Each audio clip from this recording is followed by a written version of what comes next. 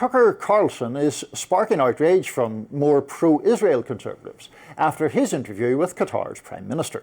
Carlson said in the interview that he enjoys being in Qatar and is even planning to buy a place to live in the country's capital of Doha. Let's watch. I have been criticized as being a tool of Qatar. And I just want to say what you already know, which is I've never taken anything from your country and don't plan to. I am, however, tomorrow buying a place in Qatar, both because I am pay a high check in Doha, yeah, and I'm doing that because I like the city. I think it's beautiful, but also to make the statement that I'm an American and a free man, and I'll be wherever I want to be, which I think is important. This comes a couple of months after Israel launched airstrikes on the capital of Qatar, targeting Hamas leadership and killing at least 6 people. Axios is reporting that the two countries met in New York over the weekend to attempt to rebuild their relationship, and they were joined by U.S. Special Envoy Steve Witkoff. Carlson's comments didn't go over well with some members of MAGA. Laura Loomer was outraged, as she is by many things, by the interview, writing on X, quote, "In case you don't see what's happening here, Tucker Carlson is getting a place in Qatar because Qatar is now using their financial influence and bribery, in addition to their access to Tucker, to change the peace deal organised by President Trump. The Trump administration," Loomer goes on, "is going to be undermined by Qatar abusing access to Trump officials every step of the way. This is another reason why Qatar just wined and dined members of Congress and top staffers for the U.S. Foreign Affairs Committee over Thanksgiving." Texas Senator Ted Cruz also blasted Carlson, accusing him of trying to curry favor with Qatar and Iran, and reposting several posts calling Carlson a liar and a hypocrite. That prompted a response from Representative Marjorie Taylor Greene, who wrote, "Canadian-born Zionist Texas Senator Ted Cruz has lost his mind over Tucker Carlson. You would think a United States senator would be gravely concerned about affordability for Americans, the looming healthcare crisis, and actually passing appropriations with another government funding deadline coming end of January. But instead, he's gone mad with Tucker living rent-free in his head." Another segment where I largely agree with Marjorie Taylor Greene. What's happening in the world, Robby? I agree. I think it's more complicated than that. I'm not sure you could say that Tucker lives rent-free in Ted Cruz's head without the vice versa. I mean, Tucker is always laying into the Zionists, the pro-Israel people. He's obsessed with it. He talks about it constantly.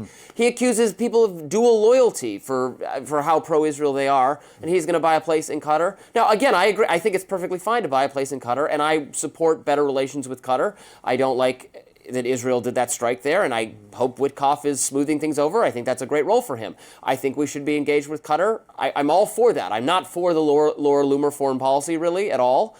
I'm more in line with Tucker and MTG on foreign policy questions, but there's a little bit of an unfairness that Tucker's a rabid dog on all sorts of topics, and he's the only one allowed to be like that. That seems unfair.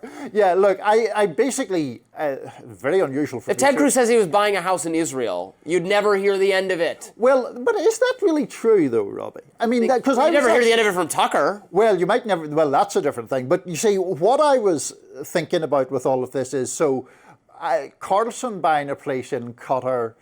I think he should be able to buy a place wherever he likes. Yes, and then I was thinking, okay, so am I being gentle in his case because I kind of dislike his enemies on the Israel issue? How would I feel? And my example was if he bought a place in Moscow, for example, how would I feel about that? And I think I would still come down in the same basic position, which is he can buy a place wherever he likes. Now, do I think in Tucker's case with Qatar, there's an element of trollishness in it, or an element of just being provocative? I do. I do think that separate from the Israel and the Palestinians issue, Qatar has a very troubling issue in regards to the treatment of migrant workers and other human rights issues around there. Before anyone in our comment section starts accusing me of low-level hypocrisy here, I go on Al Jazeera with a fair degree of regularity. I think it does very good journalism. It is financed by the government of Qatar, and I go on because they never tell me what to say, and if they did, I would cease to go on there. Right. But I don't. I mean, I go on the BBC. Well, exactly. Another example. Financed by liberal finance journalism. Exactly. Yeah. So there is all of that. All of that is part of the picture. I find it difficult to get outraged by Tucker Carlson buying a place in Doha. No, I'm not outraged by it either. And I support engagement with the broader world and engagement with countries and governments that are far from perfect in terms of their human rights and their policies. I don't think we should just refuse to do business with everyone. But you got to tread carefully and avoid becoming like a Hanoi Jane type where you're covering for the abuses of the foreign government, as has been to some extent the case with Qatar did that comedy festival, right? Wasn't that Saudi Arabia? That was Saudi Arabia. But it was a similar type thing, which is not good. Like the tour of Russia, where you're like, oh, the grocery stores are so nice. Hassan Piker is doing this right now in China. I don't know if you've seen. He's moved on to Ireland now, but he was in China. Yeah, he looks like somebody. You love Hassan Piker. Your views of Hassan Piker saying how great their oppressive authoritarian is. Again, it's pure Hanoi Jane nonsense. I agree with that point completely. That you can. I mean, that's why I said preceding my thing about the Algeria, which is about Qatar having a very bad record human rights-wise, migrant worker-wise, and all the rest.